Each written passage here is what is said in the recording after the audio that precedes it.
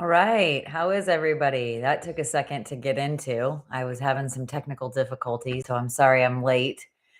I'm kind of running things from a different area. Um, so I just want to welcome everybody to American Roots Sunday Night Live. Um, got any good jokes? Why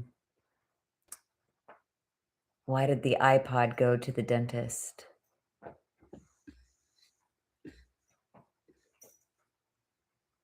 He had Bluetooth. Okay, so there was my joke. Half bubble off plum, how are you? Nice to see you from Northeast Florida. How's the weather out there? I've heard the weather is kind of crazy on the East Coast right now. Skeins girl, like crud, but better than last weekend. Well, that's good. If you need anything, I know I keep saying that, but please let us know. We are a hop, skip, and a jump away, and it would be good to see you. So let me know if I can do anything for you, okay? I'll make you some chicken broth. Bring that over, whatever you need. Crooked Little Homestead. Good evening, Justin Joe from Ontario, Canada. Mrs. Hacks, how are you? Happy Sunday. Skeins, saying hi to everybody. I'm so glad you guys are here. We've had a lot kind of going on this week. I was supposed to have our daughter on as a guest this week, but today was her bridal shower, and I'm in Phoenix, and we did all of that, and she was still kind of entertaining and saying hi to everybody that showed up. So I didn't want to interrupt that and be like, oh, hey, guess what? The live. But this was a big day for her, and I was blessed to be a part of it. So the weather, it was so hot. We were literally sweating. I know that sounds so funny, but I think it was like in the 80s today, and in the sun, you were definitely roasting. In the shade, it was perfect. And it looks like Crooked Little Homestead said we're going cold again, down to negative 25 Celsius. Yikes. Yikes. It looks like so that like in Kansas right now, while I've been gone, it's been really chilly. Joe said he woke up to a little bit of snow. But we definitely it looks like when I get back, I'm bringing the warm weather back because we're going to be like in the upper 60s, I think, again. So it's nice because we've been able to get things done this winter that we haven't been able to get done. I mean, we were racing the clock that, like I said to my mom, didn't even exist because the weather just didn't come. So don't get mistaken, those skeins. It last winter made us change the way we prepared for this winter. And I was telling some girls today that it was just like money in the bank having those things set up, but not having to use them. So, like, for instance, 6 crates of wood, but we've only used, I think, 3. And so having 3 more, it's kind of like, you kind of have some savings in the bank. The cold, I'm just waiting to see if we get like that Indian summer, but like that, I don't know what we would call that winter, where maybe Canadian winter Terminator, where like it just gets really cold again. I'm waiting to see. I haven't ordered strawberries yet because I'm like, I know we're gonna get another frost. So yeah, Mrs. Hacks, can you please bring the warm weather back with you? I know it was crazy. We were standing on your property just last week in short sleeves. I think I had a hoodie on, but I always have a hoodie on. But it was crazy. Yeah, the weather has just been nutso. And then I was looking and it's going to be like, I don't know, 68 one day and then it's going to be 38 the next day or something. So it's going to drop 30 degrees. It's no wonder everybody's walking around with the sniffles. So thank you guys on your congratulations for our wedding. Joe and I are so absolutely excited. It's our only child, and we always, we have a bunch of honorary kids that we love and adore and, are accountable for and love, like I said, but this is our only daughter that we've had.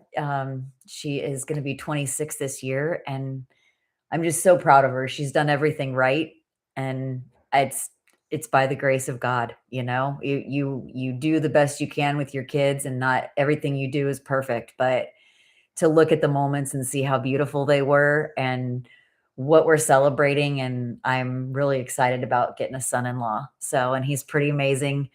They've been dating for, gosh, almost 7, 8 years. So this has been a long time coming. So I'm excited that the time is finally here. And Joe, is holding down the fort for me. So some things that he said that were happening this week, aside from me getting ready for the bridal shower and the wedding, we have the wedding in like 36 days. So that's coming up pretty quick too. But we are going to continue working on the mudroom this week.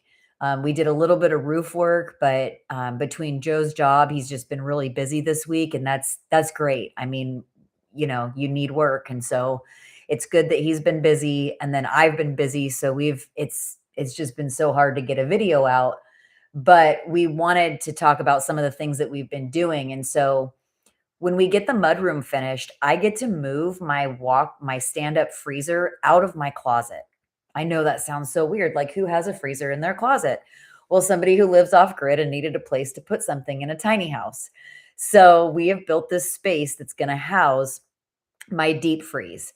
Now, the problem was I had we had butchered 31 birds the year before and ate a few, and then I had butchered another 12. And so we had a lot of whole birds in the freezer that I needed to get rid of. And so we've been working on that. And what I've been doing is they're all roosters. And so their meat was either they were either too small, or it could be very tough. But I started to learn that if I slow cooked these, that they really started to get pull off the bone really good, and they were great for dog food. So I have successfully cooked off those 40, I think it was like 43 birds in total, and made dog food out of all of them. Chicken broth if I've needed it out of the bones. But to be able to turn that into something for my dogs that makes them healthy, and I'm not feeding them like animal byproduct that's like byproduct, meaning you don't really know what's that in there.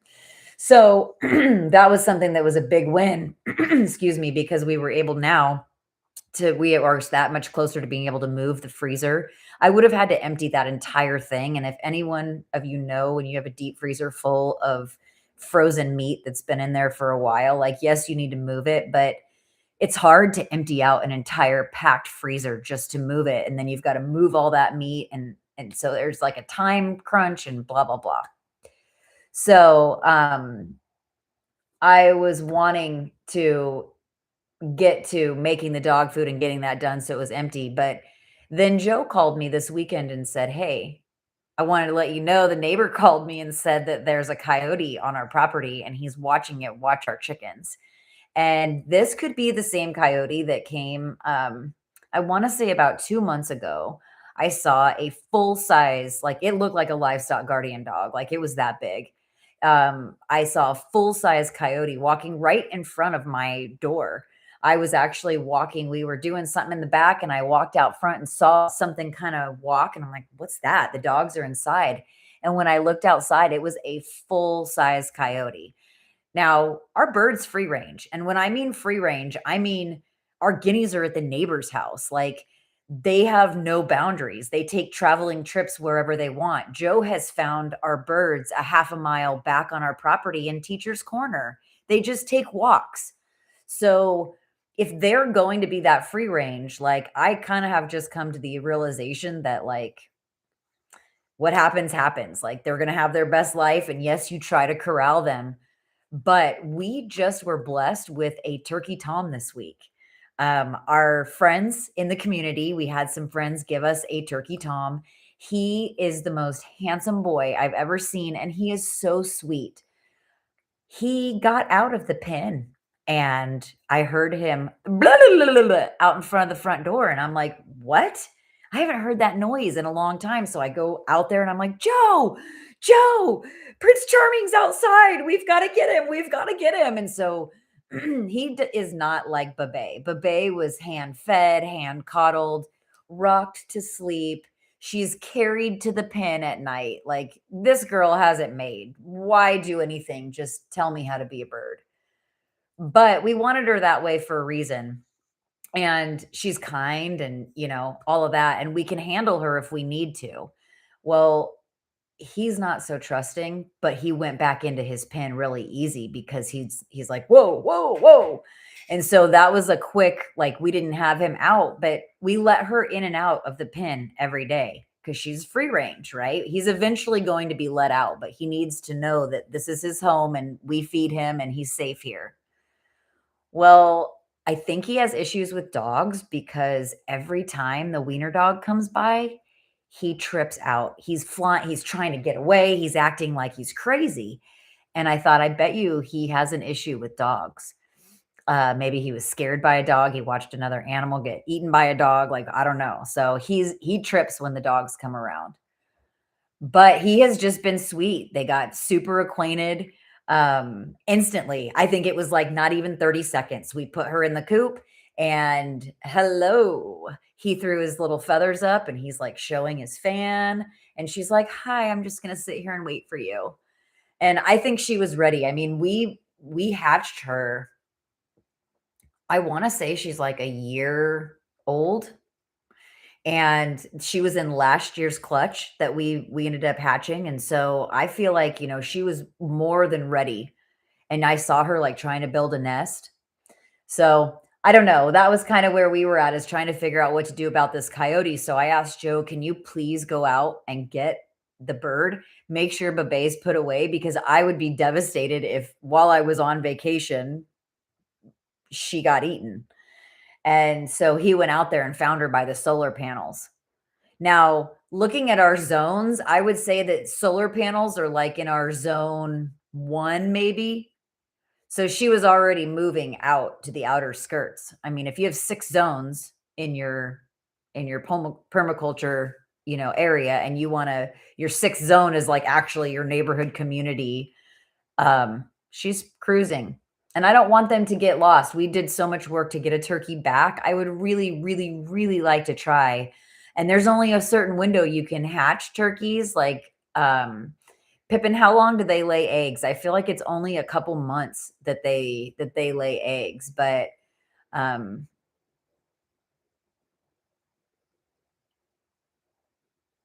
but they did get the breasty chickens that are next to them. Yeah, so he did get scared, so he's gotta learn that, my little wiener dog isn't gonna hurt him, but he's just right now, he's like, "I don't even wanna take any chances." But they are very accepting of each other.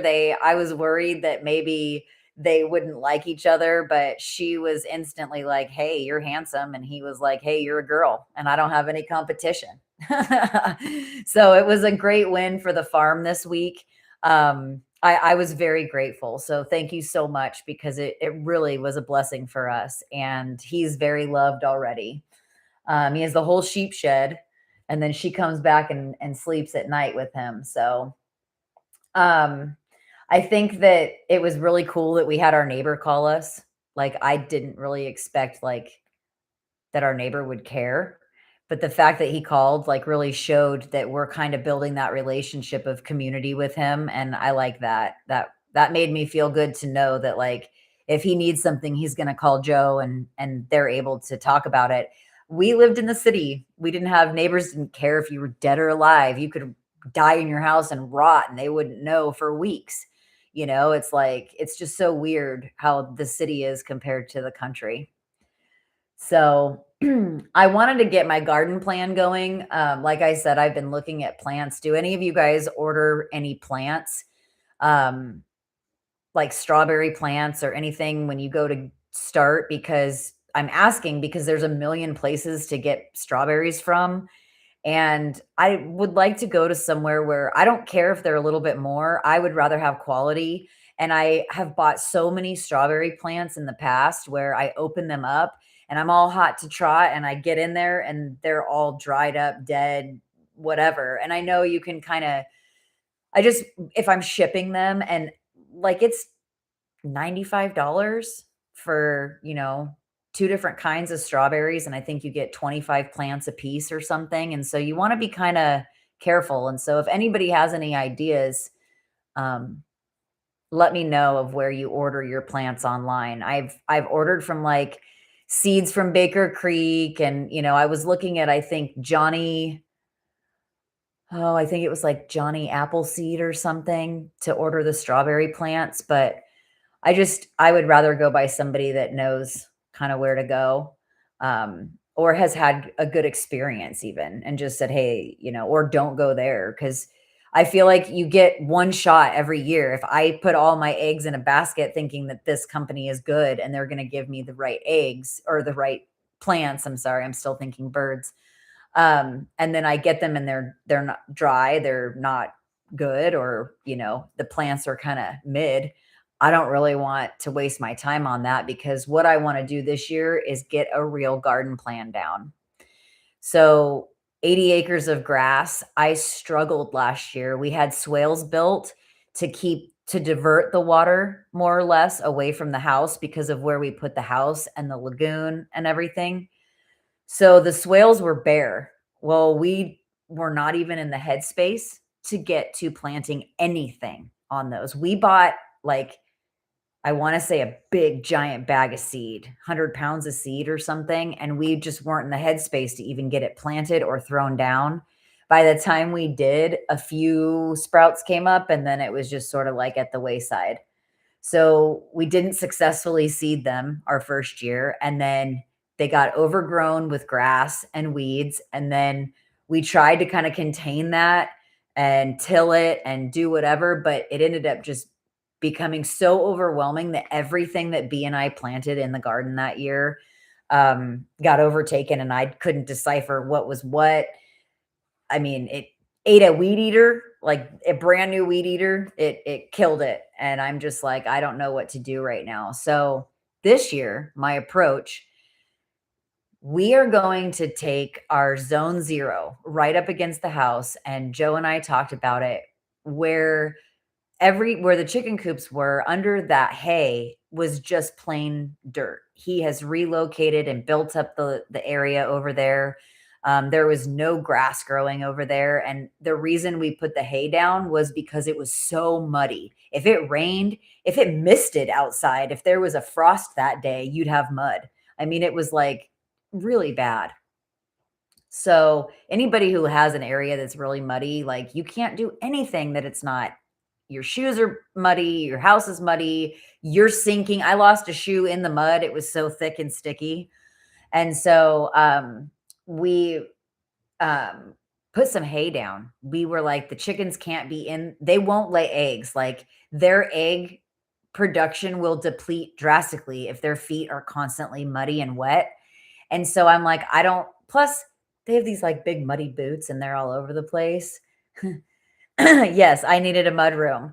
And so we ended up laying down hay. We got big bales of hay that we just laid down over it, and then it would snow and he'd lay some more down, and the animals have just been going crazy and it's just been their area. Well, Joe got the great idea to he got the great idea to move the chicken coops, and all that hay is been laying on that ground. And so I'm going to do a no till, and I'm just going to start plotting right there. I'm going to move all the chicken coops. They've been going to the bathroom, they've been doing their thing. So I'm just going to cover it with compost. I'm going to cover it with more straw. And I'm just going to dig and start building my rows and what I'm going to do right there. I think that's going to be the most effective. And I'm not going to have to be fighting the grass because the ground has been completely covered for a couple months now. So it's pretty, I think it's a great idea. And I'm really looking forward to what we're going to be able to do. And I'm wondering, because it goes sort of downhill, if I shouldn't do like terrace gardening. Mrs. Hack says that turkey egg laying is usually March through April. So that explains to me why she's like laying down. I thought it was all cute and she was being all like guard turkey-ish, but I really have come to realize, I think she's like looking for like, hey, I'm ready to mate, like that's her, I'm ready kind of thing, letting me know she's available. And let's see, we get strawberry plants from planters in Kansas City. Do they ship to you guys or do you guys go pick them up? Because I know that you guys take a trip every whip stitch out there. Half Bubble Off Plum says, unfortunately, I haven't had good luck ordering starts online. This year we bought some locally 60 strawberry starts for $20 and they're doing great. That's a great idea. I wonder if there's any like farmers markets or anybody. I'm really weird about Facebook. Like, not just really weird, really weird. Dana Green, welcome in. Thank you. Good to see you. That's okay that you're a little late. I was a little late too. Technical difficulties. Um, let's see.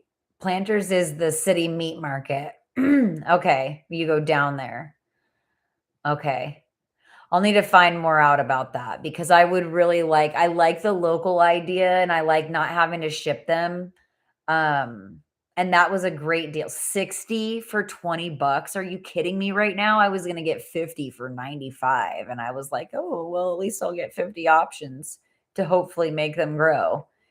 And here's what I know about my strawberries is that my first my first year strawberries aren't anything. Joe hates it because I always cut them off and I don't let them grow. I'm trying to establish my mother plant. And once they're established year after year, you've got, especially depending on if you get your everbearings or, which kinds you get. But I really had great luck. And then I started getting into companion planting and I started knowing that onions and strawberries are like best friends. And so I started planting my green onions in my strawberry bed, and both of them were just off the hook. And so I would really like to start getting those things started. And if I'm going to start doing my zones, according to like a permaculture, zone 1 is herbs, it's edible flowers, salads, seedlings, and a worm farm. Well, I don't know what that subscriber paid for those 4 bags of like soldier fly larvae from Grubbly Farms. They're huge bags, and I don't know what they paid for those, but I would bet that a worm farm would be warranted, especially because of how many birds we have and continue to have. And I have a friend who raises brussies, and that's something that definitely interests me. Um, to actually have like a dual purpose bird like that is extremely interesting to me. And I love the fact that I got to see it happen and I got to see what they do. And actually, what was cool was that particular friend raises rabbits. And I'm like, "Do you eat rabbits?" And they're like, "No, we don't eat them, but we feed them to the dogs." And I'm like, "Well, that's a great plan because rabbits are exceptionally wonderful for your compost and your garden. Like, if you could bag it and sell it, that's the business." So, half bubble, or let's see. Looks like Crooked Little Homestead said wild strawberries grow here every year. I've tamed them and get beautiful berries. See, my wild ones, they look like, oh yeah, there's wild everywhere, all over the property. But they are so small and the berries are like tiny. And I know I could probably, they need to be fed. They're just living off the land randomly, but how do you tame them? That would be something I'd want to know more about because like I'm sure yours, because of the climate, they might grow a little bit more prolifically. Like these are just very sparse. Like every once in a while you'll see a patch of like little baby plants all over the ground. Half bubble off plum, make sure you have the crown of the strawberry above the ground. I've heard that strawberries do well with asparagus, but I haven't tried it. Well, I just started our asparagus bed last year and I got, I think 2 or 3 giant bags of asparagus crowns last year and planted them, and it's going. So I will try that because I actually didn't know where to put my strawberries this year. Because last year I had them up by that, or not last year, when we lived in the city, I had them up like in beds by the house. But they were by themselves, and then I would put the onions in there. So to put them with the asparagus, this is my first my own first full year doing it on my own land. Like I helped other people garden last year and did stuff on their property, but this would be my first time actually like growing in larger scale than backyard gardening, raised bed gardening. And so I would say my asparagus bed was probably like 6 by 8. And so I did a pretty good size and then filled it with, all the rows and however far they had to be spaced. And we did go over there and I've snapped off, a couple plants and stuff. So I'm going to plant the strawberries, I think, right up in there. That's a great idea. Plus, strawberries make excellent ground cover. And when you get them going, like that's how you end up building like an entire swale of strawberries is because they like to grow. But so our biggest thing is just going to be moving those coops when we don't have any mud, and then I'm not going to till it because it's just mud under there. And so I'm looking to start that because I mean, it seems so crazy that we're already headed towards March. Like February has been such a warm month. Um and such a crazy weather month. Like I know in Arizona, we could have a full garden right now. My daughter's got tomato plants growing right now. She's got her pepper plants going. Like I had no problem growing any of that all year round. I actually like fed my plants to keep producing because the weather was so it allowed for that. Um, is Florida like? Do you guys have specific seasons? I mean, everybody has specific seasons, but like I just found that the zones and the seasons didn't necessarily pertain to us when it came to being able to grow certain things. Now there's certain things like sunflowers that need that like 14 hours of sunlight and stuff to get really big. But so our next thing is like starting our compost and how we're going to do that because we need to keep the animals out of it. And so we were talking about, is free range something that we really want to continue doing? And so looking at all of that, looking at what free ranging does for our homestead, I love it. I think that yes, you do have a yield of birds that you end up losing just because they're out in the tall grass and they get swiped up by something. But that isn't so much that I notice it. Like I thought it was getting my turkeys, but then I find out that the ladies are over at the neighbor's house shacking up with their dudes. So that was good. Half Bubble Off Plum says we have certain seasons when things grow best, but we can grow year round. And that makes it so that like if you have the space, you're doing just that. Like we were working on beans and cucumbers, and yeah, there are certain things that are super like carrots that need to be grown in colder weather and stuff like that, that summer just doesn't do you any favors. But I bet the humidity can help some stuff too, because like you were telling me last, I think 2 weeks ago, weren't you, Half Bubble Off Plum, that you were mulching, and so and with like oak wood chips or something, and I just thought, I bet that really helps keep all your moisture in. But we have excellent topsoil out here. Our topsoil is phenomenal. It almost makes me crave wanting to dig something up just so that I can sit there and look at the beautiful soil, but and start to collect it. But to start my compost, I had actual like larva, like black soldier fly larva, and it was actually like multiplying and doing really well. And I thought, man, if we had chickens, so I'm considering that again. And then if we start gardening right up against the house, I'm just going to start gardening with what I can start. See, I can use the mudroom as a seedling room. We are hanging a shelf at the top of the loft where it's going to get warmer. And so I'm going to put some seedlings up there and start using that as like my greenhouse right now, just to start getting stuff going so that I can start planting as soon as the weather permits. But I am going to try the strawberries by the asparagus. So yeah, I don't know. This week, what we're going to focus on is we're going to try to get more done on the mudroom because I need to move that stuff out. And the closer we get to that, then we will be working on doing like a full tiny house tour, because I think it's important for you guys to see it in context of everything that we've done and how it actually looks. It's different to like piece it together and to like, oh, here's the mudroom, here's the closet, here's the bathroom, but to like walk through the front door, look at the kitchen, look at the bedroom, like walk around and see how it looks. So we're planning a tour and a walkthrough because I've had people ask, like, I'd like to see that. What does that look like? So we just want to get a couple things buttoned up. And it's also really good because it holds us accountable. You guys wanting to see our progress makes us look at the little things like, did we get the baseboards put on? Did the faceplates get put on? I mean, we're super meticulous about stuff like that anyway. But again, it's accountability because we want to be very transparent and open about what we're doing.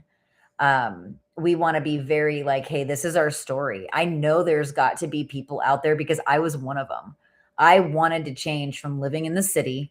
I wanted to change from what we were doing to make a living every day where I felt like I was just a consumer. I was just working to pay the battery back. It was like I was never getting really any rest. I'm working to pay the next bill. I'm working to do the next thing and never really doing anything. I'm not really making any headway on my mortgage. Credit card debt seems to be the norm. And I think there's somebody that wants to know, what did you guys do? And if we're being honest about that and we're showing you and you guys are saying, hey, we want to see this, or, we want to see that, then it gives us that opportunity to engage and you can really see what we're dealing with, because it's one thing to say you want to do it. And it's one thing to say, yeah, I can do that. But then when you see people actually living it and it's not doom and gloom, it doesn't have to be. It is 100% your attitude. It is 100% what you bring to the table. My husband tells me all the time, it's not necessarily that you're wrong what you're saying, it's tone and approach. So let's have a positive approach. Let's have a positive tone. And those things, like, I'm learning and I'm trying, but it's helping because I'm growing. And if you're growing, right? And so I just want to share. I want people to know what we're doing. We spent a few amazing hours with a homestead family that has multi-family units, and they all have tiny houses and they all work together on their property. And we got to see their systems, and they showed us in their homes, and they walked us through. And I'll tell you what I got out of it, and what I want to give back to you guys is I walked away feeling like I knew them better. I had a more intimate understanding of their homestead and the way they do things, and it made me feel like I'm better friends with them because of it. And I think that that's the whole point of community. And the fact, I mean, they were totally hospitable, showed us inside their freezers. Like, it was fantastic. We got to see everything, and we got some great ideas. It was a lot of love, and it was a lot of appreciated time. And I told my husband, I felt like, we overstayed our welcome, but in Kansas, you don't just show up and then leave real quick. So it was a much needed trip, and we needed to go out there since we've moved here. So it was just a blessing, and we really walked away having a different perspective. So that was cool. And like I said, I feel like if we open our home to you and we show you those things, that maybe you'll feel like you know us a little bit better, because our whole job is to connect. We're not worried about, you know, sure, you want people to subscribe and you want people, but I would rather have genuine people who are interested and want to know what we're doing. I would rather have people who want to say, hey, like, we would like to know, and what did you guys do, and be able to ask questions. Because I know that had it not been for even Tag and B saying, hey, if you guys need anything, let us know. And I thought, what does that mean? What do you even ask if you need anything? So it was just a moment where I realized that I would love to open it up and do a tour. I've had a couple people request it. And then that gives you an opportunity to kind of see what we're doing. And, we welcome feedback. We think it's great. There was somebody who commented and said, hey, I want to let you know, you guys didn't put a double wall pipe on your stove in this area, and that can cause backdraft. And if we're being honest, we've been having backdraft. We've been not backdraft, but like smoke coming back into the house through the stove because of that. And so I read that comment and I was like, you know what? And I talked to Joe about it, and he was like, I go, that person watched the video. So we went back and we were looking, and we're like, you know what? When we did that, we weren't quite 100% knowledgeable about what we were doing, and we just put in what we thought was right. And if we need to go back and change something, that's the power of community and sticking together and saying, hey, you know what? Like, we didn't know it all, but somebody was kind enough to say, hey, I just want to let you guys know. And so we were able to fix it. And that was a huge blessing. So, or think about fixing it and then get it fixed when the weather permits, because we have to be able to get in there and tear it apart. So, What I would like to focus on is just getting our garden planned. Spring is right here. Our turkeys are getting ready to start having their eggs, and I need to be able to find them. Um, so if you guys are doing any gardening, if you guys have any tips, anything that you want to share, please feel free. As we're releasing videos this week into what we're doing, I'm going to end up cleaning the swales off. So I'll show you guys the swales. And I still owe you the turkeys getting a gift from our subscriber video. I have just been so busy trying to get the bridal shower together, the gifts for the bridal shower, and just really trying to love on my daughter because this is the only chance I get.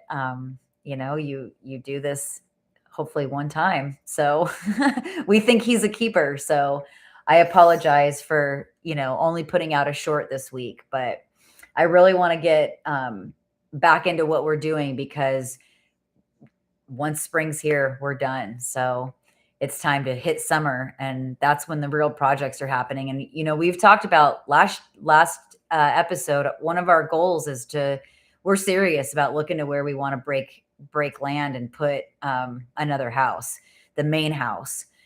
We had people ask today, so are you guys going to have visitors out there? And we're like, that's what the tiny house was meant for, was eventually to let our guests have a place to stay, that you feel like you're getting the farm experience, but you're not, listening to me snore. I don't snore, but you know what I mean. So anyway, I appreciate you guys, coming and being a part of this. This is helping us build that relationship. And I don't really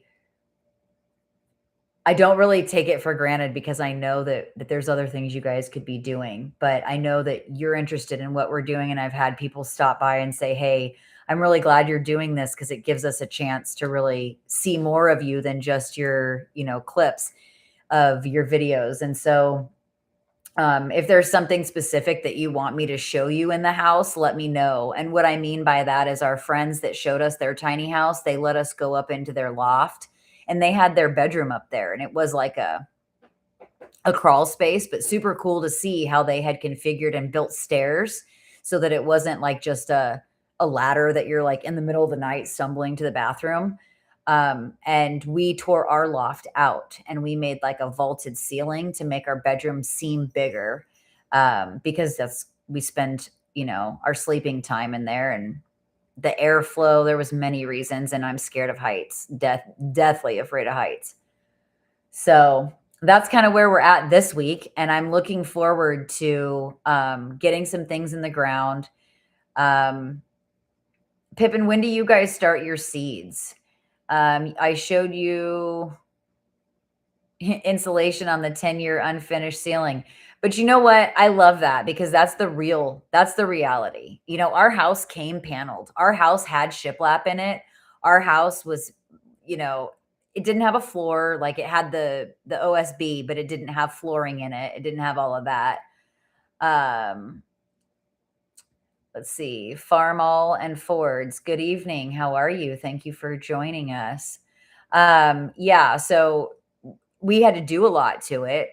It had beadboard, which is like cheapo paneling for like a shed that you would use. It had that where he kept his tools, and because that was his tool room, we had to just clean it up and get things out of there. So we ended up drywalling that room. And now I'm sitting here thinking I should have shiplapped it. We shiplapped the mud room, and he didn't want to shiplap the whole thing. And now we're shiplapping the ceiling because I'm like, it's finished. It's done. If any one of you have ever done drywall, oh my gosh, right now. Like, I'm not a drywall guy. I can take the challenge and I can do it. But if I want to get moved into this room, I don't have time to learn my drywall lesson right now. Like, I need to get going. So I tried, getting my drywall great, and I thought I was doing good, mudding my holes twice, sanding, drying, sanding. I'm telling you, it's almost feels like to me like I need to go to drywall school before I try doing another wall, because then I come back a year later and my tape is peeling up and I'm like, I thought I mudded under that tape. And it's like I just probably didn't do it right or didn't do enough or whatever. And with shiplap, I'm not kidding. Like, you put out a little bit of money in the forefront of it, but not only are you adding, our value to everything, but it's finished, it's done. And we had friends that they stained it and made it look like even more farmhousey. And it wasn't like dark stain, it was like a wipe off stain. So that was really cool to see how other people use it. And I like the fact that, you know, not everything's finished, that you guys are doing it as you can. That was touching to me. That was real. And that's what I want to see. I don't want to see somebody who's hiring a bunch of people to do it and then being like, "Man, I wish I could do that." Well, you can if you can hire a crew. Anybody can do that. I want to see people who are really making it. You know, skeins, people who are really making it. You know, hacks, people who are really making it. That means something to me. Half bubble off plum. Yeah, he said he did oak wood chips in the walk paths of the garden, like a donut all around the fruit trees, about 18 inches deep. That is excellent. Man, man, that's great. Yeah. So I started this week. This will be the last thing I'm going to talk about this week because we've been dealing with it. And I just wanted to get you've planted potatoes. Farm All and Ford says I've planted potatoes. Crooked Little Homestead says started my pepper seeds in a paper towel and they've germinated within 6 days. And you're going to go to negative 25 Celsius. Oh, they're going to be indoors for a minute. Let's see. Hack says we have peppers, sweet potatoes, ginger. Ooh, and tomatoes going. Are those, that's what's inside, right? That was what was in your little greenhouse.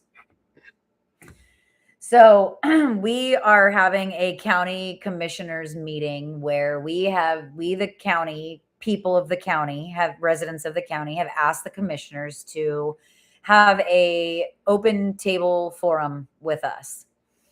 And basically we are trying as a community to come together and find out if we can have a civil conversation with our county commissioners and get some information, find out what's going on, try to connect in a relationship type way and figure out how we can better our community rather than drive division.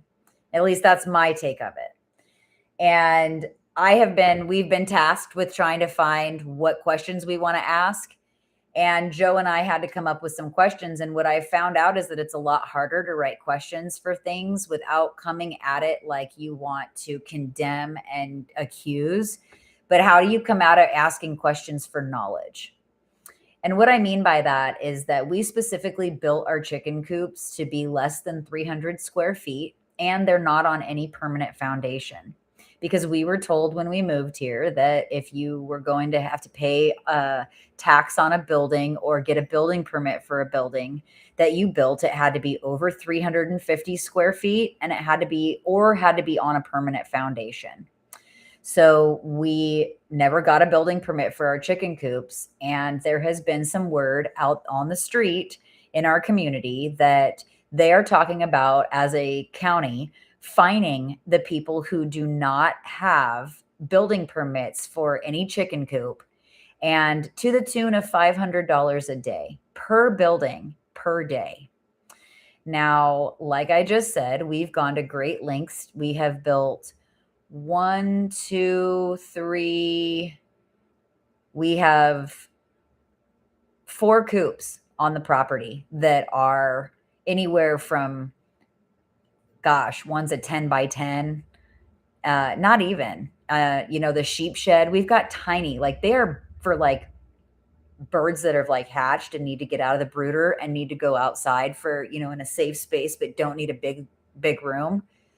And we're talking, so now we've got 4 buildings that we're going to get, that we could potentially get taxed on, that we were told weren't. And so where do we find those rules? Where do I find that in writing? Where do I get that black and white? Because I'm feeling very like it could just be any old thing you feel like that day. And like I said, I want to ask these questions that don't come as accusatory and angry, but I want knowledge, because I will comply.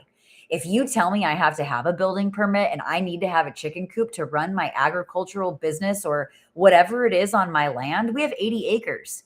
I would like to know how to do that legally. I'm not here to try to thwart the system or get out of paying whatever I need to pay, but can you give me something clear to follow? and then not come back at me and be like, "Oh yeah, by the way," because I just feel like it's scandalous. I feel like it's devious. It's not good business. It's to do that to people.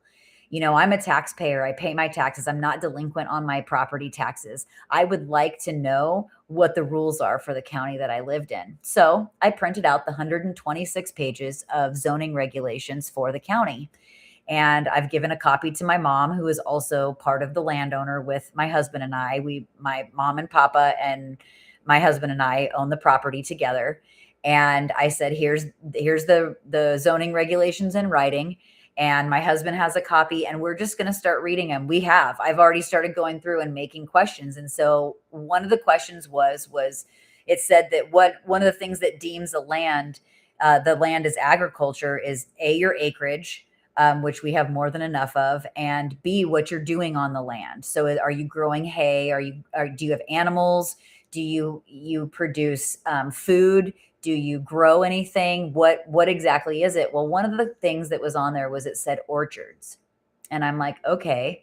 Our neighbor had told us about planting fruit trees, and Half Bubble Off Plum reading about your stuff is what kind of brought this up. And so I was thinking, okay, how many trees constitutes an orchard, right? Like to the county's definition. Let's not give any gray area here. Tell me. And so I want to know. And I'm writing down like what constitutes an orchard. Because you better bet your butt I am going out to do how if it says that it's 100 trees, I'm going to buy 100 trees, and we are doing 100, food trees this year, because this is ridiculous that our taxes went up that much. We paid $300 last year for our taxes on our 80 acres of land. We put a 300 square foot building on the property with a lagoon, and we did it all legally with building permits through the environmental services. We got an address that's now goes through the post office. We did everything the right way. Like the property has an official address now. It's not just raw land. And they're saying that now our taxes were $1,400 this year. And I just have a hard time believing that because I put a 300 square foot house on my property, that warrants you raising my taxes $1,100 for the year for an off-grid property, a property that doesn't tie into amenities. We do not have running water. We haul our water. We have a cistern. We use propane. We have solar electricity. So exactly what is it that's causing me to be taxed by the county so much? So I went and got a property tax card, which is what they print out for you that deems that this is, all the stuff that you are being taxed for. And I have found out that we have a friend who has actually opposed, said, "Hey, I would like to have a hearing about my taxes," and has said that they will walk us through what that means to just kind of refute the fact that I owe this. But because I've paid my taxes for the first part of the year, I'm like, I'm not giving them all of that money right up front so that they can sit on making the interest on that. I'm gonna make them wait. I'll pay the first half this time, and then the next half when the next is due. Well, he said, because I did that, that might give me an opportunity to go in there and kind of say, hey, I would like to question these for the next tax year, because I've already missed my deadline, I guess, to say, hey, I don't agree with what's written on this paper. How do you guys know? When you're new to a county and you're new to an area, how would you know? So Joe and I are convinced that what we need to do is get knowledgeable, because this matters. This matters about our land. This matters about our money. So it matters about our legacy. It matters about what we can pass down to our kids. I mean, they're having conversations that property right now that you own, you wouldn't be able to afford the taxes on at the rate they're raising it in 20 years. So I'm turning and burning my oil for what then? These are things I want to know. So I don't know, just kind of some serious stuff that's going on, that when you buy property in the middle of nowhere in, the bread belt, you think that you're going up to a place that's going to have those wholesome values, and you find out that actually the commissioners have voted on having nuclear power plant put here. That's not something I want to live next to. I've grown up next to Palo Verde power plant in Phoenix my whole life. What the heck? So, and then the next thing was the solar farms that they're wanting to put in. And we don't even get the solar. It's not even like Kansans would get that electricity. We're farming it out like to the highest bidder. Like, I'm just not okay with all of that. And that's not what I signed up for. And I'm having a hard time figuring out how to question them to get knowledge that doesn't seem like I am pointing the finger at them and making them feel like I am better than them. We're supposed to be working together, like without us taxpayers, you guys don't have a county. So figure it out. What can we do to work together? I want to be here. I moved here for a reason. I brought my business, my money. We invested our hard-earned cash into this place because we believed in what we were doing. That still hasn't gone away. What's just made it challenging is the fact that, are they going to try to tax us right out of everything we own? So that's kind of where we're at, is getting some knowledge. And I might make a video on that because there's some interesting things I've been finding out. Like, I said about the orchard thing. If there's things we can do to change what they're doing to us, knowledge is power. And I don't blame them for doing what they were thinking that they're supposed to do, which is get more revenue for the county, but at the expense of the taxpayers and our land. And their response is, when you say, I can't pay my taxes, well, you can sell part of your land. That's their response. And that just doesn't seem like something you should be telling your constituents that you want to vote for you. So I don't know. That's my soapbox. I am not here to get on a political spectrum on any level. I'm just telling you what we're dealing with and how I want to make a change, because I've always veered away from this because I don't have the knowledge to combat it. I'm not sitting there going, yes, but in Article 16-C32, it says, and because of that, I don't have that, refutable argument. I don't want to have those conversations. And so I steer away, and I'm like, if you just leave me alone, and this is the problem we've gotten into. If you just let me make my money, pay what I owe you, and you leave me alone, I'm good. But I'm finding out that we're not good. Guys, if we want to have stuff to pass on to our grandkids, which here I am getting ready to celebrate, my daughter's marriage. I want to have something, a legacy. That was the whole reason we did this, was as a family, we decided we need to be self-sustainable and we need to have something to pass down. If we just keep consuming and leasing a house or leasing a car, like we never have any assets, we're never going to have anything underneath us. So that's kind of where we're at. And I appreciate, and I see Crooked Little Homestead says you're fighting solar farms there too. And here's the deal. I hate to talk like this. I hate to say this, but I think that all of it's a bunch of crap anyway. It's all to drive income and revenue to them. And they don't care that they're hurting our property, our land.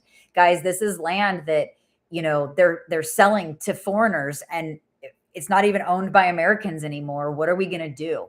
Like, we've got to get serious about some things. So what I can do, and not sit here and try to push it on other people to say, get active and do your thing, is I can get active and get knowledgeable. And so I'll let you know more next week, next Sunday, what we find out. And we are formulating our questions, and I want my questions to help me guide my future business. I want to have an agricultural business. American Roots Farm needs to have some income. And what is that going to be? Are we going to hay? Are we going to have animals? Are we going to have, what is it that we're going to do? And so I need to find out the legalities, because I don't just want to open a, and start building the infrastructure for a business and then them tell me, oh, guess what? We're going to tax you to where you can't even have a business here. That just doesn't sound like something I'm interested in doing. And so knowledge is power. And I'm proud of my husband. He is committed to getting knowledge with me. And that, when you can team up, teamwork makes the dream work. And we were talking about questions together, and we were talking about what that looked like. And so I would just encourage you guys, be aware of what's happening around you. It has just been so hard. It's been so absolutely hard to just wrap your head around what you're doing about relocating your life. And now you live off grid, and you're trying to figure out how you have your systems in place. How do you have running water? How do you wash your clothes? How do you eat every day? How do you wash the dishes you eat on? just simple hygiene, simple things. And then you're smacked in the head with, oh, by the way, your taxes like tripled. So anyway, just be aware, because the only thing you can do to change it is to have knowledge. Because when you're knowledgeable, you're like, oh yeah, you know what? I don't like that. And this is why. So I will be on next Sunday. My husband will be with me next Sunday. I'm sorry that Addy couldn't be here. Maybe we'll ask her to join us and kind of chime in, because we had some stuff we wanted to talk to her about. But thank you guys so much for joining us tonight. And I hope that this can help somebody to realize that they want to buy dirt, not diamonds. And we're praying blessings on you. And that's not just something I say. I really do pray for you, because I know that we're all kind of struggling and going through life together. And if there's anything that I can do, answer any questions, anything like that, please don't hesitate to reach out to us. Somebody did it for us once, and it has made it to where we are now living the life instead of just talking the talk. So thank you so much, Mrs. Hacks. I will have a safe trip back home, and I will text you and let you know I got back home. And until next time, you guys, we'll see you next Sunday. Be blessed.